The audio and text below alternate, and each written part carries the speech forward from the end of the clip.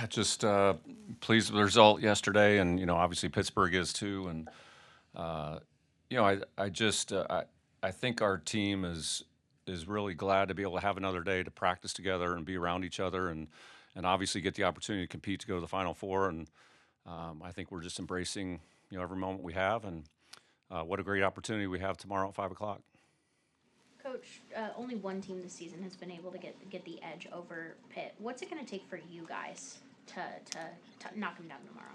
Well, I mean, if Pittsburgh is clicking on all cylinders, it's gonna be tough. I mean, they're very good. They're very good on defense. They're very good offensively. So I think that we'll give them plenty of things to prepare for and think about, because I think we're a lot different than some of the teams that they've played throughout the season.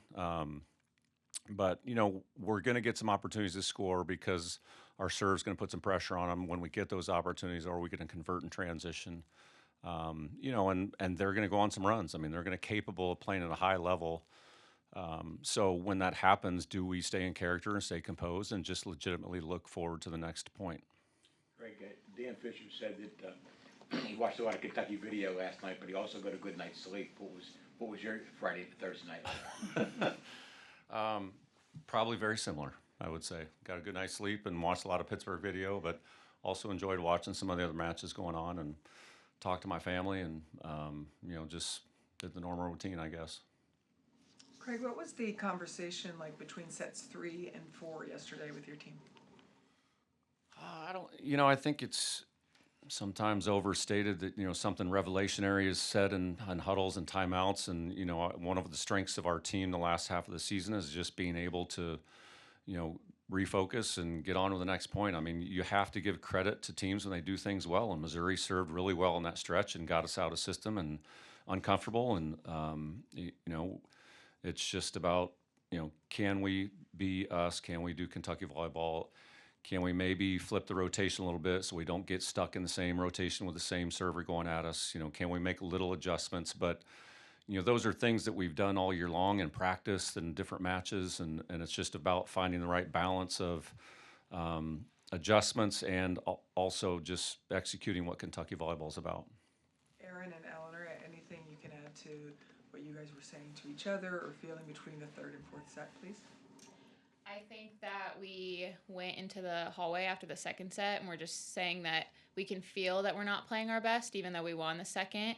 And then it kind of bled into the third. So we went over to the fourth. We were like, we just need a total reset. We know this team. Last time we played Mizzou, same thing happened. We didn't start off hot in the third, kind of came back a little bit, and it helped us get momentum in the fourth. And I think that we just had to remind ourselves that we are that team, because I think sometimes we can lose ourselves when, the score's not good, but we reminded ourselves and we came out and had a really good showing in the fourth set. So yeah, we've been there before. Like, we were battle tested, and we knew that we learned our lesson of being able to flush those bad sets and come back as Kentucky volleyball as we are. So I think that was big for us, and it was just those little conversations. We've been there before. We knew how to turn it around, and we knew that if we did, we would like the result. Aaron and Eleanor, what has stood out to you the most while watching film on Pitt? They defensively have really good defensive players. They also have some powerful hitters, so it's been fun to watch them all year, and they're a team that we have been watching. And so yeah, we definitely are going to respect them and are ready to go, but a lot of respect from our end to their game. yeah, I mean, they have some really powerful hitters, but I think what gives us confidence is we've seen teams be able to break them a little bit, and we're just hoping to be the one that can finish it all the way through. So Aaron and Eleanor, how much has playing in the SEC prepared you guys for matches like this? Yeah, it's a cool thing about the SEC. Yeah, anybody on any given night can show up and win. So having been through that, becoming outright champs of it, like, we definitely were battle tested throughout the SEC as well, and taking those lessons, placing them into the tournament where every team is kind of the same way in that regard. So using that to our advantage. yeah, I think the SEC is sometimes a little underestimated, but we got 9 teams in the tournament, and we had a really good showing. I mean, like, Ole Miss made a statement in the first round. We're in the Elite Eight. Like, Texas is battling right now. Like, I just think that, like she said, day in and day out, there's really good teams, and it's prepared us for this moment. I think we're ready to go. How did the 9 and 7 start against some really tough competition help you prepare for the rest of the season? I mean, Coach Skinner schedules that way because he wants you guys to be tested early, and I know you weren't worried about the record. Well, the novice fan may have been. Kind of, what did you gain? What are the positives out of that start that you learned?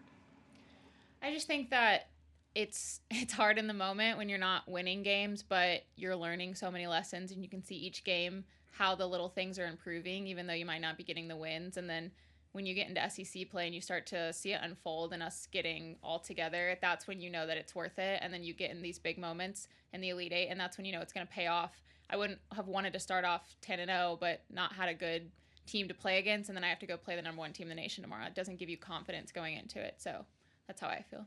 Yeah, it's the lessons that we were able to learn along the way that has brought us to this moment here. So we're thankful for that. And I think even when we were at the start of the season and things maybe didn't look the best for us, we knew that it would pay off in the end. So really buying into that and using that to our advantage. Like Bevan said, that it'd be awesome to be 10-0 at the beginning of the season, but to not have learned much, like, would we be in the same position that we are now?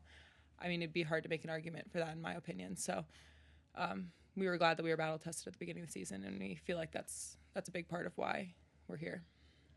Craig, you mentioned your guys' serve. Pitt really struggled on serve receive against Oregon yesterday. Is that an area you really feel like you can excel at to cause chaos for them?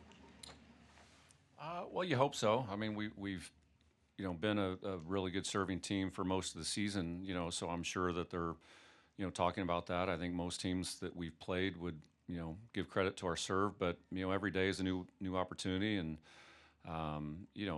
we have everything to gain by trusting what we've been doing in our training to get us to the point with our serve, and certainly we have a lot of respect for their serving as well. So I think it's a great matchup. I think it's some contrasting styles, but the mutual respect both ways I think is on the board. But I'd also like to give credit to these seniors, the competitive maturity and the growth that they've shown over the course of their careers has been pretty cool to witness, and without their steadfast leadership, we wouldn't be here.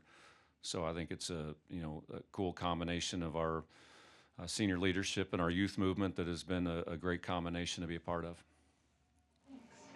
Eleanor and Aaron, when Megan headed the ball yesterday during the game, what were your thoughts? That's Megan. Yeah, literally. It's the most Megan Wilson thing ever. That's what I was thinking. Yeah, you can count on Megan to do something like that, and it honestly wasn't very surprising, to be honest with you.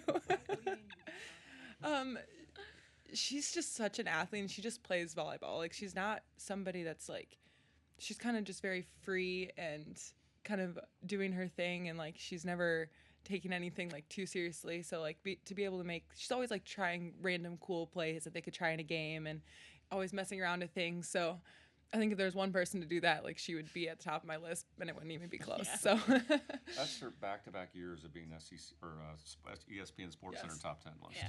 Yeah. She played soccer a lot when she was a kid, so she kicks balls all the time in practice, and I never thought we'd get to a header, but here we are. I was on the bench when it happened, and I was shocked, but I was also like, again, like, it's Megan. Like, it just felt right. Eleanor and Aaron, I mean, Olivia Babcock had a 31 kills yesterday, her career high. How tough of a player is she to like prepare for? What makes her so, from your eyes, what makes her such a great player? She's just a really cool athlete. I think she jumps really high. She's really physical. We talked about she doesn't really tip a lot. She just goes after it, and I think that stresses Block D a lot. She kind of reminds me of Kennedy Martin from Florida, and that's how I'm kind of approaching this game. We've played against a really good opposite before that's had 31 kills against teams, so just kind of the same mindset going against her. Yeah, I second everything she said. She's super physical, just kind of a freak athlete. So yeah, we'll be watching tons of film on her, but definitely we'll respect her. How do you guys handle the just pure balance of offensive weapons Pitt has? I mean, even if Olivia is having an off night, which she doesn't do often, there's Tori, Valeria, Bree, you can go down the line. I know you guys played teams with a lot of weapons, but specifically Pitt, I'm curious about. I think it's good just in our gym. We have kind of the same thing. We have good balance, so I think you just have to lean on the training that we've done in our gym to prepare for it. I mean, we've never played them, so there's nothing that you can exactly do to like know what it's going to be like when you get out there, but you just kind of hope you can slow down one of their best players and then keep their others to kind of a minimum and not just have one player just go off. And I think we have good chances if we can just keep a nice steady balance across the board. Eleanor, following up on the prior question, how does Babcock remind you of Kennedy Martin specifically? She just has a lot of physicality that is sometimes hard to replicate in practice. She just reaches heights that not a ton of players can get to, swings really hard. Specifically with Kennedy, just has a lot of different shots too and ranges. It's not like we know she's going to hit it hard, but we know it's going to be cross. I know she can hit line, langle, sharp. She hits Bix, D-ball. She kind of just does everything for them, and that's just kind of what Kennedy Martin does for Florida too. So that's kind of my thought with that. Are we good? I have one quick question going back to Kentucky volleyball. What is Kentucky volleyball to the both of you? Like on the court or yeah. It's like okay. Yeah. What does that look like? Just kind of chaos, but just combined kind of chaos, like scrambling on the floor and defense, block touches, a lot of variation on offense, balanced offense. Emma's dishing, everybody's clicking on all cylinders. Also just like kind of blue collar. We take pride in that, grittiness, toughness, all those things. I think it's just like a total team effort for me. I know like Brooklyn and Emma get a lot of the headlines, but like when two people on our court aren't necessarily like clicking or doing their job, it hurts the whole, because we like to play with chaos, we like to be scrappy, and that takes every single person. So sometimes if you focus too much on what the other team's doing, you get outside of yourself, and I think we just have to know what we're doing, and then that's what Kentucky volleyball is to us, just passing well, serving well, playing really scrappy defense.